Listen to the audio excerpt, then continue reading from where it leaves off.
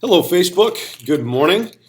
Today it is day 19 of real estate class, but we're doing things much differently than we were at the start of this thing. So, what we're going to do is I go through the chapters previously, I decide what I want to talk about, and then if you really want to dive into the reading later, feel free to do so.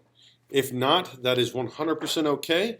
We just want to go ahead and make sure that we're utilizing the most of our time. I got some really positive feedback from a high school teacher that helped me restructure some of the stuff. I got great feedback from the class. And so at any given point that you are jumping into this class, you're welcome. It doesn't have, your day one can be someone else's day 19. There are people that have already gotten licensed that are a part of this class. High school seniors, dad. We've got people that are mailing off for their courses. So wherever you are in your real estate career or pre-career, feel free to join us. And I'm just going to start giving you guys tips on the things that I'm reading about. So today's day 19. We're going to be covering chapters 67 to 72.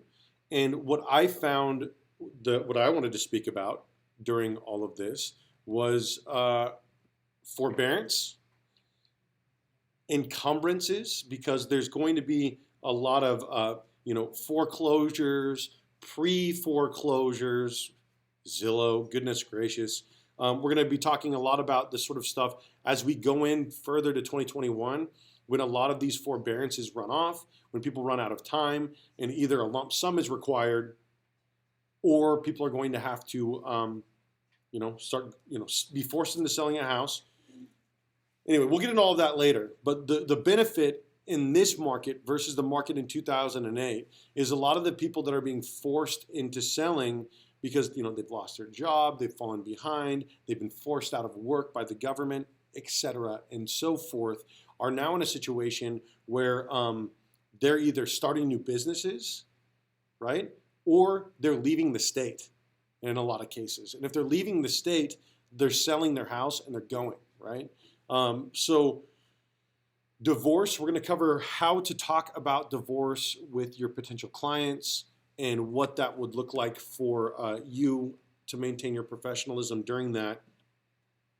We're going to touch a little bit, like I said, on notice of defaults. We're going to talk about carrybacks and what you can and cannot do when you're renting back with a VA. There's a lot of different creative things that we're seeing happening right now for VA offers in order to win in multiple offer situations, because almost every offer right now in this market is a multiple offer situation. So how can you still win with a VA offer? Well, we're going to talk about some of those creative things that you could do, and one of those things is rent backs, even free rent backs. But there's only a certain duration of time that you can do that, and that the VA will allow it, right? We're going to discuss the way that the courts are used to post notice of sales on property, specifically heirs property, in a way that stimulates the real estate economy in a very negative way, in the way that works. And so, anyway, we'll get into that later. And then we're also going to talk a very little bit about home mortgage deductions. And by a little bit, I'm basically going to refer you to somebody else to listen to about home mortgage deductions. So if you've just logged into the Zoom here on the back end, please feel free to turn on your Spanish translation, and you can select that down there at the bottom. Christian Tiquez, our partner here at our community, is translating this class live into Spanish. And so we're going to go ahead and jump in right now. If at any given time anyone has a question, feel free to unmute yourself and jump in. In fact, we're not even posting the high school courses anymore because of the fact that the classes have gotten so interactive that there's no reason for me to post them, because I don't need all these youths being heard by everybody. We might as well just have the adults jump in. Okay, here we go. So let's get into first. Let's talk about forbearances. That's going to be, let's see if I can spell forbearance. That'll be embarrassing if I can't spell forbearance. We're going to have to. What did you say? Yep.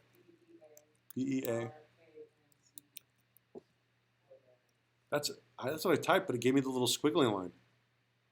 Is that right? No E. between the, like that. No, that doesn't look right either. I know how to talk about it, I just don't know how to freaking spell it. So let's go ahead and jump in. Okay, so that was something else right there. No, but okay, so what's going to happen is I'm going to try to act like I'm smart still. Goofball indeed. Okay, so what's happened is there was a lot of different people that lost their jobs due to COVID-19. In fact, like we say a lot in this class, 60% of small businesses will not be reopening their doors after COVID-19, regardless of how quickly we return to normal. And so because of that, a lot of people entered into the forbearance program. They didn't have their rent forgiven, or excuse me, their mortgage forgiven. They didn't even have their mortgage moved to the left. What happened was they used this as an opportunity to figure out who's working. That's what really happened. And so what's going to happen is that will speed along the foreclosure process in a lot of ways for those people who have lost their jobs, who otherwise may have figured out a way to recover. So what happens is the person files for the forbearance, and the bank, when the balloon payment becomes due, kind of gets to decide how they're going to handle it. Now, some people, or what the banks will do is they'll file what's called a VOE, a verification of employment, and they'll look at whether or not you still have a job. And if you still have a job, if you can verify your employment or your income, then what will happen, like with us, is we moved it to the left. And so we were able to continue to make our payments and whatnot when we resumed, and things got relatively back to normal for us with real estate when we were declared essential. But for other people, they were not able to get back to work because they weren't declared essential. In fact, their restaurants were shut down, things like that. And so what happens is when they go to verify employment, there's no employment there. Maybe they were, part of the working staff. There's no employment there. And so what happens is the bank will sometimes require that balloon payment to be due immediately, or they will spread it out over the course of the next 12 months, causing the payments to go up in general, right? And so if the person can't keep up, of course, they end up falling into foreclosure anyway. And so what has happened is, instead of everybody getting hit with a foreclosure right away, it's sort of going to get spread out gradually. That being said, most people will not be in a situation where they will have to foreclose, because most people are still going to have some equity in their home. The reason why most people will still have equity in their home is because the market has continued to go up. And the reason why the market has continued to go up, even somewhat artificially, is that rates are low. FHA, VA rates, limits increased, largest in history. You see a lot of improvement. In addition, President Biden has approved this 15,000, or is expected to approve this 15,000 first-time home buyer tax credit. And what that will do is it will have more buyers who still are employed or are now commuting because they're typing from home, or they don't have to go into the office regularly. So what's happening is areas like Sacramento are exploding because a lot of people are leaving the Bay. Areas like the Inland Empire, where we are exploding because people are leaving, Orange County, LA County, San Diego County, and they're looking for places where they have a little bit more room, or they can get a little bit more out of a home office. And so what's happened is you see an influx of people that can qualify very well to make these purchases, which has stabilized our local markets, in inland California for the most part, and in a lot of different states where you're seeing Californians flee en masse for better opportunities elsewhere. And also employers in the Silicon Valley benefit from paying less to somebody living in a different state, say Utah or Texas, versus paying them to live in the Silicon Valley. So there are a lot of differences that, a lot of different things that will affect this local market and markets throughout the country. And a big part of that is just the way that the market continues to do this. even if it's somewhat artificial, and then people will continue to migrate to different areas. So anyway, so what will happen is people will have an opportunity to sell their house at a massive profit and then use that profit to go purchase elsewhere and start a business elsewhere versus going under like what we saw happen in 2008. So what's happening is you're seeing a lot of people even decide to cash out on their house, pay off some debt, and then sort of enter into the renters market. And so the renters market is getting overinflated as well. So what's going to happen is, most people are going to be seeking opportunity elsewhere. They're relocating. They're starting a new career. And so this is what's happened is this sort of return to the market, return to the plaza, which we've talked about before, where people are starting to craft, they're starting to practice trades again, and they're going to start interacting with their local markets versus interacting with the big powers that be. And this will stimulate local economy.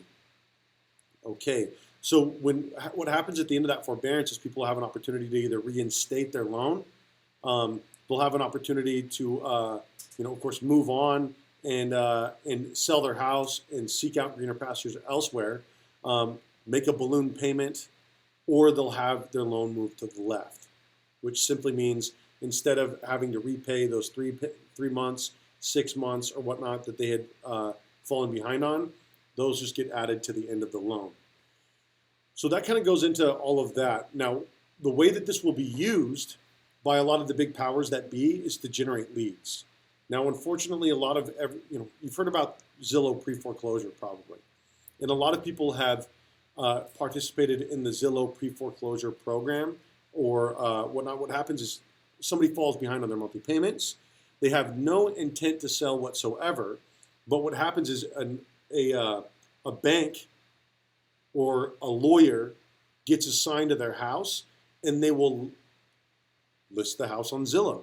And so the benefit to Zillow there is that they're generating leads which are interested in houses that are not necessarily for sale. They can sell those leads to to agents who are interested in purchasing them for 100, 120, 130 bucks a lead, while Zillow is putting them out of business. So it's this really interesting and awful thing where Zillow continues to benefit in a lot of different ways from this sort of pre-foreclosure type of marketing, which none of us would do. There's not a lot of us who would go out there and place a for sale sign in front of somebody's house or even market a person's house on our own page who has no interest in selling it and is in fact interested in getting caught up on their payments. So you could really debate that it's a questionable practice that's even being allowed to take place, and whether or not CAR or NAR should allow our information to be being used by Zillow in order to generate this information, and whether we should be buying leads from Zillow based on houses that people don't want to sell, people's homes, right? Is that what we're going to get to? Now, what is going to end up happening is because of this sort of Zillow pre-foreclosure type mindset, putting people's houses for sale that are not necessarily for sale, us removing the human element from real estate, what's happened is there is a company out there, and I can't remember what they're called right now, but they have Uberized evictions. And so what's happened is they've started taking tenants or people who are behind on their payments, and this is already at play in a lot of other states and in a lot of other areas. And what they do is they pay people a fee who are just like you and me to evict people from their homes. Yeah, and then so can you imagine, the bare minimum that people will be getting paid to evict people from their homes? And so that's the sort of like post-apocalyptic world that we end up creating when we create systems that have no integrity to them, as far as I'm concerned. Everything becomes systemized, everything becomes digital, everything becomes about information, and we completely use the human element in all of this. So that's forbearance, reinstatement, encumbrances, foreclosure, pre-foreclosure, how that's going to be used by technology, how it is being used currently, notice of defaults, et cetera, and so forth. Now, A notice of default, we're actually going to get into that a little bit more before we get into divorce. A notice of default means that a person is simply behind on their payment.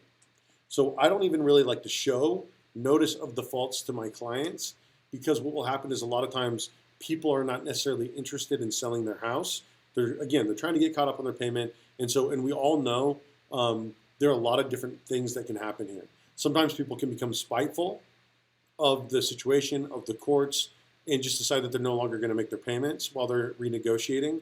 And so they kind of drag their feet a little bit. And listen, human beings are human beings. People are going to do these sort of things. But I just want to let you know before you walk your clients into a situation where they're touring a notice of default, that that house might not necessarily be in a situation where they want to sell, right? Or same thing with a short sell. And so looking at something and saying, okay, well, do I want to show a short sell to my clients if it's not bank approved? Again, when we look at sort of some of these Zillow practices, the way that short sells are used is as a lead generation tool a lot of times, as a marketing tool. Oh, look at this short sell. And then we think with our 2009, 2010 brains, oh, well, a short sell is a good deal for my clients. When in actuality, you look at it and it's not bank approved, what's happening is they've listed the house far under what it's actually worth in order to generate leads, yes, but also to get an offer from an agent and a buyer that they can then take back to the bank and then have priority to get that renegotiated and approved so that they can sell the home, right? Because then what happens is if it's not approved, you submit an offer on it. And let's say they listed at $360, but you see that it's not an approved short sell. You offer $360 thinking you're going to get it if you're patient. Well, what happens is it goes back to the bank. Somebody actually looks at it and they say, oh, well, this house is worth $400,000. And then they come back to you and you say, oh, well, you have to buy the house at $400,000 and it's worth all of these different, with all of these different conditions. And so that's one of those things where people think that they're getting a good deal with a short sell and it's not approved. A lot of times it's just being used to market, right, and generate leads. Just like how Zillow is using the pre-foreclosure to market and generate leads by marketing someone's home who's not even necessarily interested in selling it. Okay, so that is that. We're going to move on at this point to divorce. There is a lot of you are going to end up working with people who are going to find you simply because you're an empathetic person and you are capable of experiencing a mitochondrion of empathy for somebody in their situation. Now, when you are helping somebody go through a divorce, the first thing that I like to do is I like to remove the divorce word from the narrative.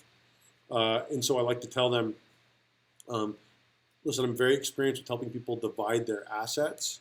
I'm happy to help you. I can have a direct conversation with your wife, and I can meet with her, I can have a direct relationship. Don't say relationship. My script just went way off into the deep end. Whoa. I can communicate directly with X, the person's name, throughout this transaction so that we have an open and honest communication. And if at any point she has anything that she wants to talk to me about, we can do that. We can also separate your signings. We can separate your escrow communication so that you are not in a situation where you have to regularly deal with the finances while you're working to deal with everything else, right? So I hope I cleaned up that script there at the end. It's been a while since I've done this, okay? But of course, with divorce, the big thing is having empathy for people while not getting lost in it. So being able to hear a sad song without feeling the music, okay? So still understanding that you are the professional and they will respect you more as the professional if you're able to maintain those boundaries. And so what I would strongly encourage you to do when you're working in a divorce situation is when they overstep a boundary and they start oversharing. Oh, such and such spent all the money in the bank accounts, or such and such did all this and they, been cheating all over town, and I know that they went to a strip club or whatever. I completely understand where you're coming from. I understand that this is a difficult time for both of you, but in order to maintain my professional boundary and properly serve you both, I don't want to communicate in this sort of way anymore. And also, I will do this with Jerry, Steve, Dan, whatever, in order to make sure that he's not speaking to me about your personal life as well. And so if it's not about the transaction, let's go ahead and let's not discuss that here, although I completely understand where you're coming from. What will happen is a lot of agents will get lost in this, and then they'll end up taking sides, and that gets ugly. So I strongly encourage people not to drink with their clients, not to go out and have dinner or lunch with their clients. Wait until after that transaction is closed and maintain that professional boundary, especially, well, I'm not even going to say especially women. I think that all the way around, I always tell people, and I picked up on this recently, I really love it, and I've been using it regularly. I don't have friends, I have alliances. And so when you look at this professional boundary that you're maintaining with your clients, going out to lunch with them, being in a situation where somebody might drink too much, somebody might start talking about something that makes you uncomfortable, that's not professional, why even place yourself in that situation when you don't necessarily need to do it? Hey, let's go ahead and let's go grab some lunch. You know what? I completely understand, but let's do this. I'll see you while we're out, right? And then that way you're meeting them on neutral territory.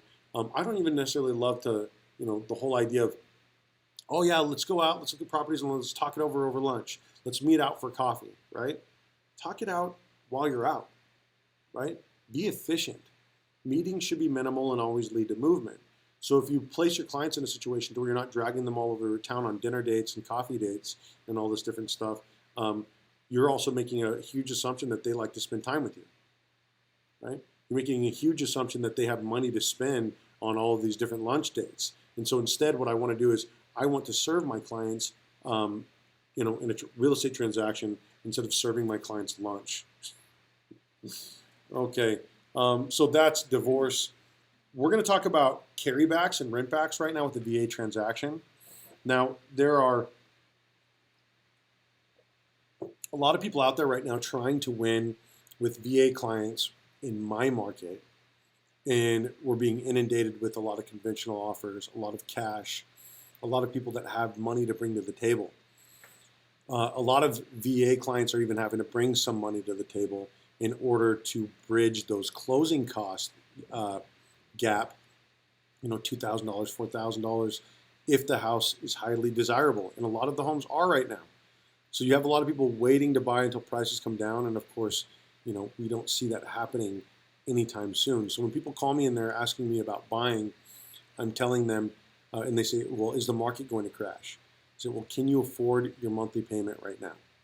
Could you afford a monthly payment if you were to buy?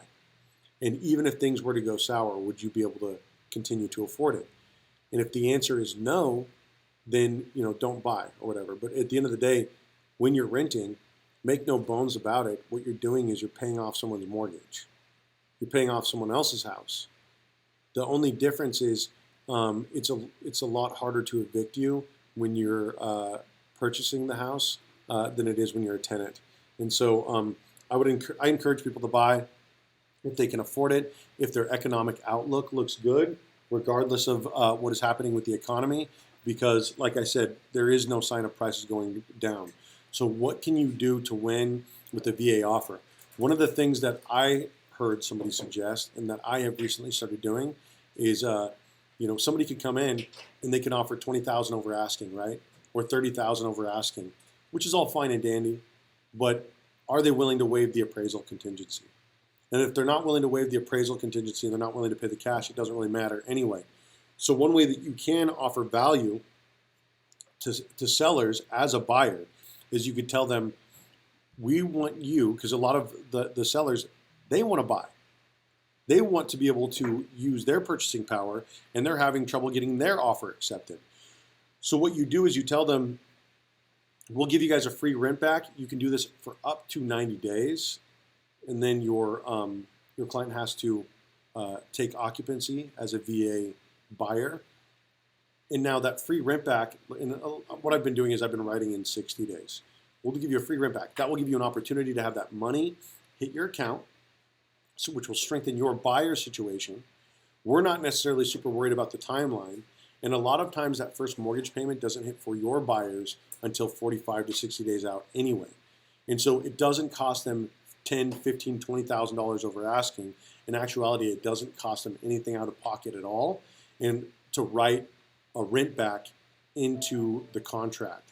So that's something that you can do. VA, legally, you can do it. You can offer that, and then that gives everybody sort of an opportunity to put a little bit of cash in their pocket, have a good, secure move-in date.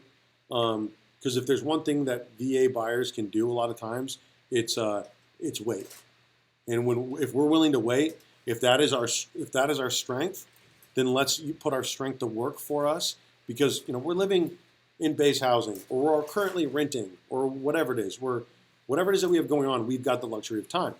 So instead of losing $20,000 and waiving an appraisal contingency, give that rent back, lose no money out of pocket, but then empower the seller in their purchase.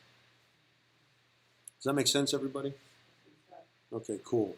Now, the next thing that I want to talk about here is heirs property. So there is, I think, about it's like $4 to $6 trillion in heirs property in America. Now, heirs property is property that has been passed down from generation to generation, heirs, without proper documentation. Now, when that happens, if a person has 5 kids, their property gets left to all 5 children without documentation, right? Now, those 5 kids, they go out and they have 2 or 3 kids apiece, and now all of these people have equal ownership in the property. Now, what is happening, and this is all over the place right now, is people track down the heirs of these generations, right? And what ends up happening with heirs properties, a lot of times these are minorities. These are black people that ended up owning these properties from generation to generation to generation as part of maybe their family owned it due to sharecropping, and then they ended up purchasing the property. And so there was never really the documentation in these communities to properly leave the property from one generation to the next. And so what happens is there's these big, beautiful properties in North Carolina, South Carolina, in Florida, and all throughout the country where people have not properly documented their ownership in the property. And so investors are going in, and Vice did a beautiful piece on this, highlighting the corruption and the garbage that happens within this industry. They go in, they track down enough of the heirs that have ownership or implied ownership in the property, right? Now, if you can imagine, if something like this has happened for 3 generations or 4 generations, there might be 40 people. Now, what they do is they contact, if there's 40 people, they'll contact 22 of them. And they'll offer to buy out their ownership in the property. And a lot of times it's a property that they've never been to.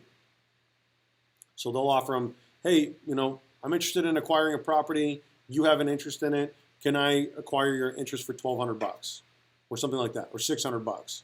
And these people, they don't understand necessarily what's going on. They sell their interest in the property to a developer, to somebody who's interested in just cutting down the trees, which is what is happening regularly right now throughout the South, harvesting the land. And people who own the land have no idea this is happening. They're not behind on their property taxes. They're not behind on their mortgage. They a lot of times they own the property. They've been paying on it, or they just own it. But when they acquire enough interest in the ownership in the property, so if you get 22 of the 40 people, then you have a majority interest in the property. Do you see how that works? Is that making sense? And so what happens is they track down these 22 random people. They bought out their interest in the property. They then file a statement called a notice of sale. They go to the courts. They file an implication on the property saying that they're a majority owner, and they force the property to go to auction. They post a notice of sale, and then that way, instead of buying out, let's say the other 18 people who currently may live on the property and have lived on the property for generations, and it's, let's say it's 40 acres or 120 acres, right? Instead of going to the people who currently live on the property, and a lot of times, children live on the property as well and everything, they go to the courts, they file the auction. The auction has to appear in the paper for, I believe, 2 consecutive weeks. The auction is public. It's been stated to the public, and people don't even realize their home has gone to auction.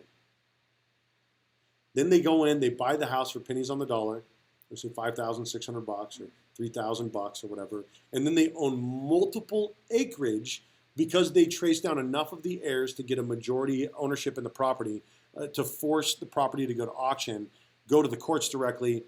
They send it to auction. They purchase the property for pennies on the dollar, and then they evict the now tenants.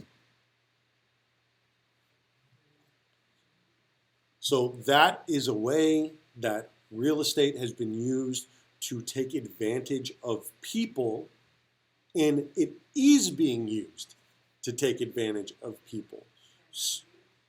Manhattan Beach, so Manhattan Beach was an heirs property. What happened with Manhattan's Beach, and I appreciate you bringing that up, was they took the Bruce family, and first they tried to chase the Bruce family out with the Ku Klux Klan. The Ku Klux Klan was not successful, and of course this is in Manhattan Beach. This is in Southern California. So when they were not successful, the city council attempted to place a lien on the property, foreclose on the property. And when they were not able to do that, they condemned the property. They condemned the property. So if you want to look that up, that's called Bruce's Beach, and that is in Manhattan Beach. And to this day, there is a placard that is on display, but the Bruce family was not paid. They were evicted, and the ownership was never made right in that situation. So but that was not heirs property. So what heirs property, and the example that I would give for you there is, let's see, there's a really great video, and I'm gonna tell you about it right now. And it's in the homework online. It's called "Watch How Property Law is Used to Appropriate Black Land." And I'm going to go ahead and I'm going to take this right now. I'm going to copy it, and I'm going to post it in the group chat on Zoom. And I'll go ahead and I'll post it online as well.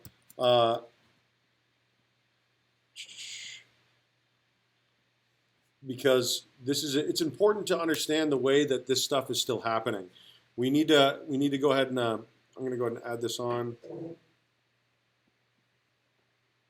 right now. So that is the YouTube link. If you're interested in seeing it, it's a really wild video, and it's by Vice. So feel free to check that out if you want to check that out. It's called "Watch How Property Law is Used to Appropriate Black Land." We're going to go ahead and we're going to move on now. I just wanted to make sure that everybody knew where to find that. Oh, and you know what? Let me go ahead and post that in the group chat on Zoom too. Hold up, everybody. Push this into the Zoom chat. Oh my gosh, where did Zoom go? I have cameras all over my screen and I can't find Zoom.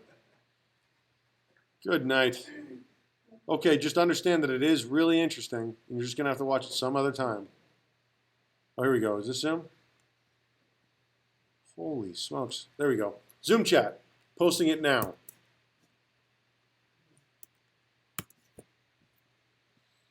Okay, so now you guys all have the video link to go ahead and check that out if you would like. All right, let's go ahead and move on to home mortgage deductions.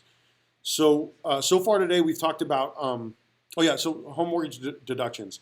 I don't know anything about home mortgage deductions. That's going to be in your homework. Oh, hold on, I got this. Contact your tax professional. There you go. So I actually, I had a really great conversation with the high school teacher that helped, is now licensed and whatnot. And he told me, If you don't know what it is, say it's in the reading, and then check it out, and then you can teach it later if you want. And so I told them that that's just what I'm doing right now. I'm doing the, hey, it's in the reading.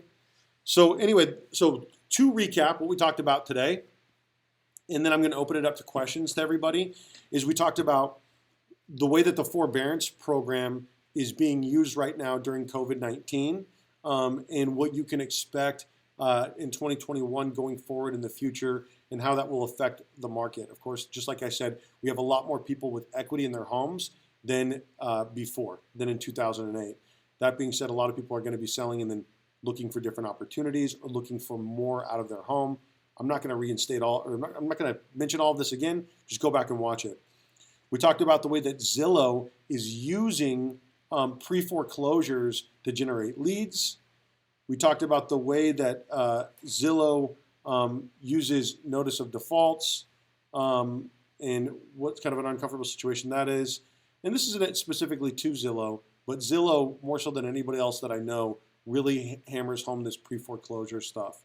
We talked about working with divorces and keeping your professionalism, how to win with a VA offer in a multiple offer situation with a rent back. We talked about heirs property and how that's being used to appropriate black land. Anyway, that was an extensive conversation. And then I told you to get advice if you want to learn how to handle home mortgage deductions. That is the class. That's it. Is there anybody that has any questions for me? Okay, then I'm going to sum up by saying, remember to get signed up for your real estate courses with CalPaces, calpaces.com. Use your discount code 6106, which will get you set up. Get those 18 days ticking. You don't have to show up to every day, of course. I'm not expecting you to do it. If you want to do it, that's great. If you don't, that's okay too. But get those days ticking, $102.55. Get those days ticking so that you can start getting your real estate license. If you're in California, you can start earning commission now. You can start earning commission now as a real estate finder. We've talked about that. That's the RPI Form 115 and all of that. We're not going to reiterate it too heavily here. So feel free to engage with us on Zoom, engage with us on Facebook, watch all of these classes backlogged on YouTube, and jump in whenever you're ready, right here in the office or online.